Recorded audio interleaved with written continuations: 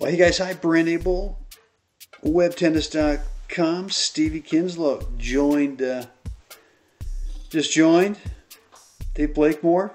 What's going on, guys? Hope you're having a great, what is it, Tuesday? Great Tuesday so far, wherever you are. And Stevie, yeah, howdy to you, man. I'm going to keep these glasses on so I can make sure I'm seeing everyone's coming through, but just working away. I've got some new things I'm working on with WebTennis, and I want to take a break from it, sitting here in front of the computer for hours upon days upon weeks, rolling into months, but got some new and cool, exciting stuff coming out in the next couple of weeks that I'm sure will be a lot of fun for you in terms of helping you get better with your tennis game. Just spent the last week over at the Indian Wells Tennis Garden, Indian Wells, California, where they, month of March every year, they host the BNP Paribas men's and women's professional tournament. And last week they were hosting the men's national 55 hard courts over there. A lot of fun. I housed a couple here with me, a guy, Jeff Jackledge from Napa, California, teaching pro at the Napa Valley Country Club, who had a great tournament. It was his first tournament back in singles for quite a while, which was sort of an interesting kind of dynamic for him. Here was a guy who'd played in the tour for a few years out of college before he got into teaching, and he'd not played a singles tournament in a while. He'd been playing doubles in the senior events for a while, but not played any singles, and that's always kind of a unique experience when you get back into something like that, and yet you haven't done it for a while. So, yeah, it took him a couple matches to kind of get into it. Second round match, he actually beat the number 3 seed in the tournament. Straight sets, was a good win, and then he ended up in the round of 16 playing the eventual winner, Dave Siebel. Yeah, hey guys, hi. Glad you're joining the call. And but he Jeff lost the eventual winner, Dave Siebel, 5-6. So good match. He felt great. And then Jeff and his partner John Sutter from San Francisco Bay Area ended up getting the bronze ball in the doubles. So these national events, if you get to the semis of either the singles or doubles and you lose in the semifinals, the next day you go out and you play for the bronze ball, which is kind of a cool deal. It's kind of a good deal. So, but anyway, just curious as to what you guys are working on with your game right now. Anything that you're kind of specifically working on, stroke-wise, strategy-wise, the high floater and the mid-court out of the air, Stevie? Yeah, I mean, that's, if we're talking sort of transitional high floater, or you're already up at net, or, you're back in the baseline.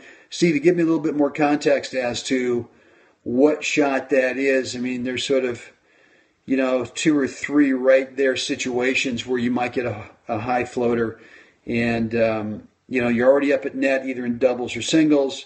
Transitional. Okay, yeah, I mean, that's not an easy ball. You're either making an approach shot, you're playing your approach, or you're playing serve and volley. You're playing chip and charge, and you play your approach shot, you come in, and now all of a sudden you got a high floater. What's really helped me the most with being consistent with a high floater is 2 things. There's that little voice that kind of fires off as soon as you see it that says, oh man, come on, let's just unload on this thing. And trying to let the moon ball push him back. Okay. Where there's that little voice that says, we got to take care of this thing. I mean, this is sort of a put away opportunity. And, geometry wise, it's, and let's see, whoever this one, Poaching. Okay. Let me make sure that I remember the Poaching after I get Stevie's answer here. But, just make sure that, first of all, you think of it as a transitional shot. You don't think of it because it's sitting there and it's floating that you ought to be putting this ball away. I mean, it's really, really tough to do. One-handed backhand consistency. Now, I'm going to ask you guys when I'm done with each answer to come back in and weigh in again, because I'm sure I'll forget each one of your questions. But, Stevie, what I do is contact-wise, I try to play the ball later, because if I get too far out in front with the contact, either forehand or backhand, with that that high transitional volley, I mean, typically it's just going straight down. I mean, we're so eager to jump on top of it that we get our upper body a little bit ahead of our natural balance as we're moving in. And the next thing you do is you get on top of that ball and just kind of bury it in the bottom of the net. So what I want you to practice on this, Steve, is to make sure that you try to play your contact point a little bit later than what feels instinctive for you. And I think what you'll find is that when you play it later, forehand or backhand, is that you're on better balance. And because you're on better balance when you play this shot, you get a kind of a much better pop off that shot without having to, really feel like you're kind of working the ball. Number one key there, Stevie, is to make sure that it stays as a transitional shot. Commit to your target, commit to your footwork. You got to make sure that you get to the side of the ball and don't play that thing right in front of you. You have some footwork coming out of your split step. Align yourself to the side of the ball. And then just practice playing that thing a little bit later, whether it's forehand and backhand. And, think of this transition. You don't need to rush this shot. It's not like you've got to get out of that area instantly. You've got the tennis ball. You can take your time with that shot and execute. So, Stevie, hope that helps. Good. So let's see. We had a question on poaching. Whoever posed the question, if you'd refresh my memory, exactly what the thing you're working on with the poaching, as I recall, it was being, I think, a little bit more about shot choice, about where you play it. And if you don't pop that back up to me here in just a second, then I'll just assume that's okay, thanks. How to read the opponent's shot. Poaching is a commitment that is based on kind of a best guess situation. If you wait until either you're trying to read where the opponent's going or you wait to see where they've actually played their shot, it's too late. I mean, you just cannot get across. So it's really more of a guessing game. And what I want you thinking about more is, sometimes you can really see when someone's about to, hit a lob or something like that. Well, then, the poach is off. But what I want you to work on with this is the timing of when to leave, not based on reading the guy's racket, not based on anticipation. Well, I'll give you a tip on anticipation in just a sec. But just being in sync with your partner, that if you decide to poach, that they either know you're going, or even if you go and the guy guesses and goes behind you, that it's okay. And believe me, sometimes you're going to guess wrong. The guy hits a winner up the line, and that's fine. At least you put that thought in their mind that you're going to be active.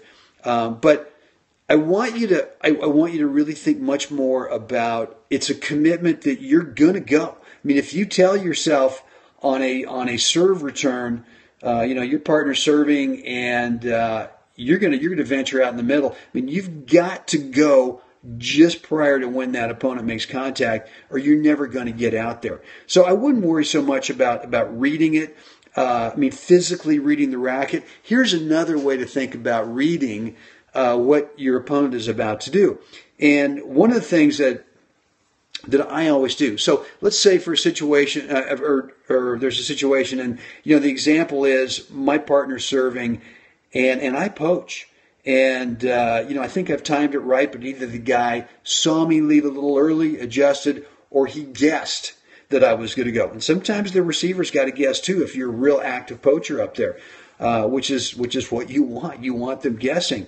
But let's say that I go and they guess and they see me go and they go up the line for a winner. So the very next time we serve to this person, not the next point because we're going to the other side, but the next time we come back, what I'm going to do is I'm going to show that guy an early fake. So the guy thinks, oh, okay, well, I burned him up the line last time, so there's no way he's going to poach on this next one. And I will even invite that thought by poaching early, where I get out there and it looks like I'm just poaching early, I've come back, and now they take it cross court, and I'm gone. So it's the early fake where they see it's a fake, you come back, and right as they're about to hit it, you take off and go. And I'm telling you, a couple of good things happen there.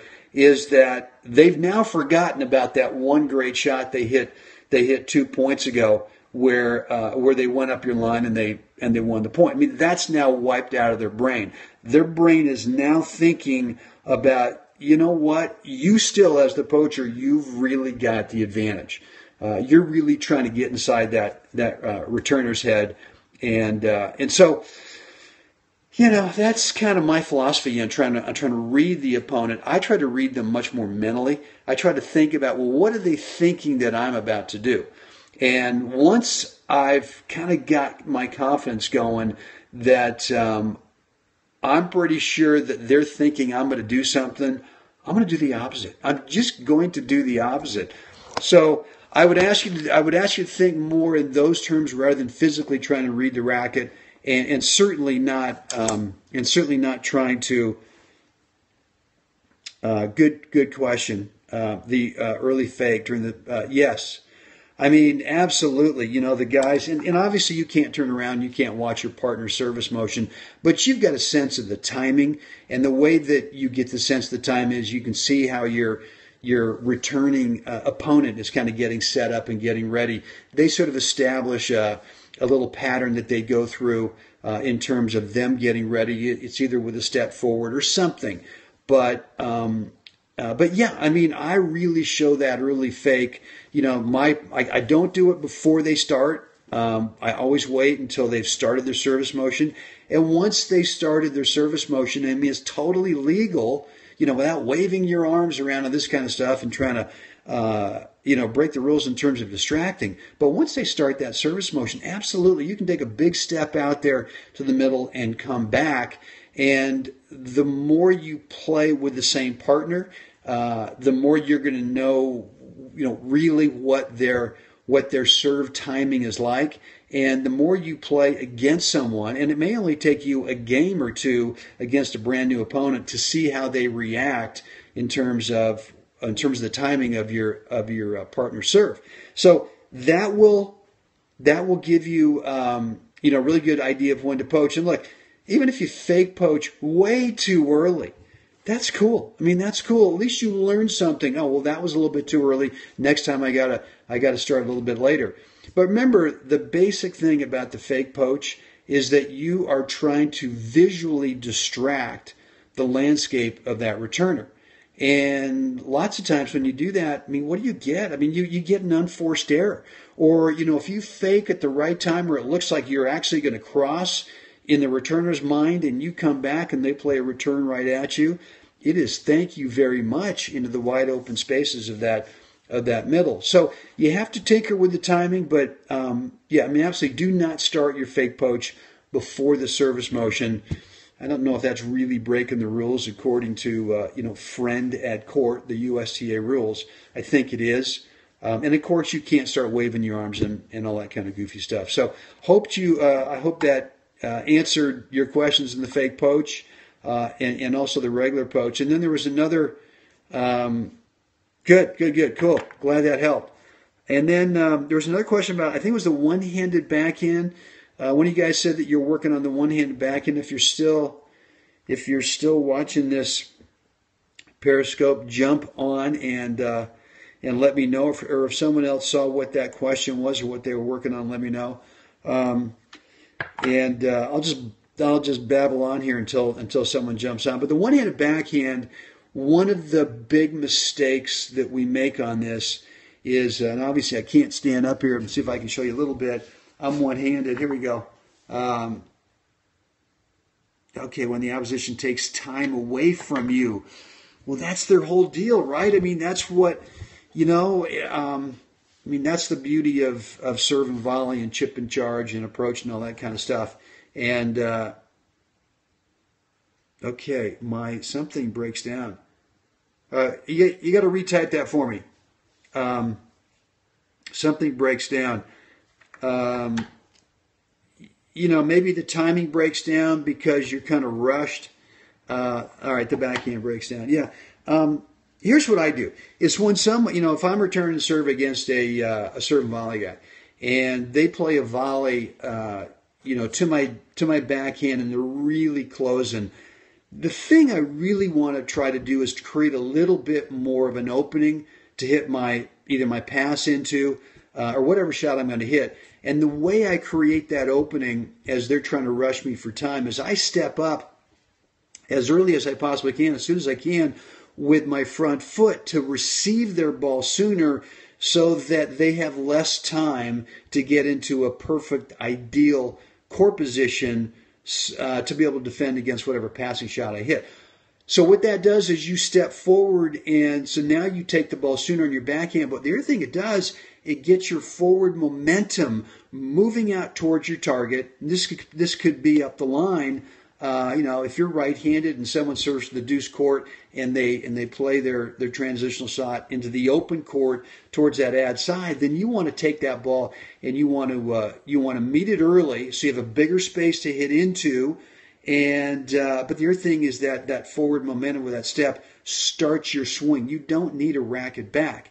And I think where a lot of players get screwed up on this, especially in the one-handed backhand, is they play the return, they sense that the opponent's moving in, and they start to back up because they want to create more time for themselves to kind of get organized with their own one-handed backhand stroke mechanics. And once you do that, now you allow that opponent an extra step or two to get a really good court position where geometrically, now even if you've got great stroke mechanics in that one-hander, I mean, going up the line is now a tiny little opening. Taking it back cross court is a tiny little opening. And even if you drill it straight at the guy, because you've backed up, you probably don't have a lot of forward weight moving against that shot where you can get some natural power. So what I would recommend is that you get out there and you practice having a practice partner, play a serve, you play it back, and then see if they can play to that open court and really charge in behind and start working, moving up to take it right off the bounce.